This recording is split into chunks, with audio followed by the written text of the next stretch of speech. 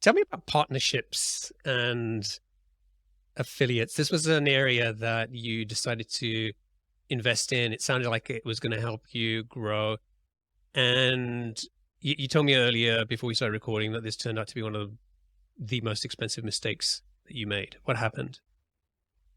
Yeah. So if you look at a lot of different software out there, and particularly like marketing software and webinar software, a lot of these are, have partnership and affiliate models, right? Like if this influencer refers people, they get paid 20% recurring, right? That's pretty normal. And sounds great, right? Like, why wouldn't you want that? Like, why wouldn't influencers want to sell for you?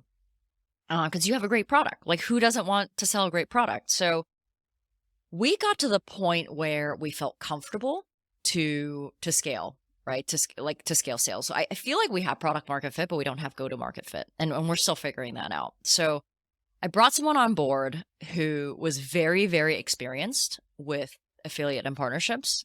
Like that's his entire career, and his job was to help us with revenue because now we are chasing the zero cash date yet again, right? Like we're looking at the projections and we're like, okay, we need revenue, and I eventually want to get paid. Like not getting paid for 4 years is tough. So I brought this guy on specifically to help with partnerships and affiliates. And what I learned was it was really easy to get people excited about the product. It's a cool product, right? It's designed nicely. It does what it says it does. It's pretty cool. But the thing is, when you're a new company and you don't have a massive mailing list, having a great product is not enough for an affiliate, like a meaningful affiliate. I don't mean like you referring this to a friend. I mean like some coach referring this to 100 people, some sales leader referring it to 1,000 people, right? You not having an equally as big mailing list as them is not compelling enough for them to share that product because they could just work with someone else that has a big mailing list. And that was a really, really tough learning. Also because you think I learned from the previous mistake, but I also hired a friend. I'm not going to do that anymore. And it was expensive because I realized this was happening, but my emotions was blinding me from kind of like stopping that relationship from continuing.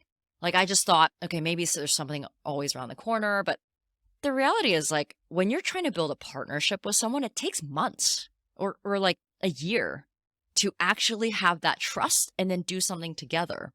Right. So it didn't work for us, not because partnerships and affiliate models don't work for business software or software.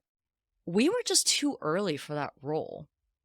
And that sucked, right? Because it's easy for the same person to work for a HubSpot or a Salesforce and have massive success, right? But when you're a startup and you have a few hundred customers, yeah, someone thinks your product's nice, but you can promote them to 200 people, right? 300 people. It's not very interesting for them. So that really made me think differently about what affiliate models can actually do. And then at the same time, like there's different parts of affiliates, right? One is, you engage someone and they do a lot of activities, but the other is just like, oh, I insert this in my blog, and if somebody signs up, you have to pay me perpetually for 20% for the rest of your life. I'm sorry, but that doesn't make sense to me because I'm supporting this. You just inserted something somewhere, and meanwhile, I'm sending you $20 for the next 5 years, right? Like, so I guess I didn't really have that figured out before I jumped into testing that. But it's something that I hope other founders hearing this would think twice about, especially if you're a startup. Where are you in terms of revenue and number of customers today? Yeah, so we just crossed 750,000 ARR.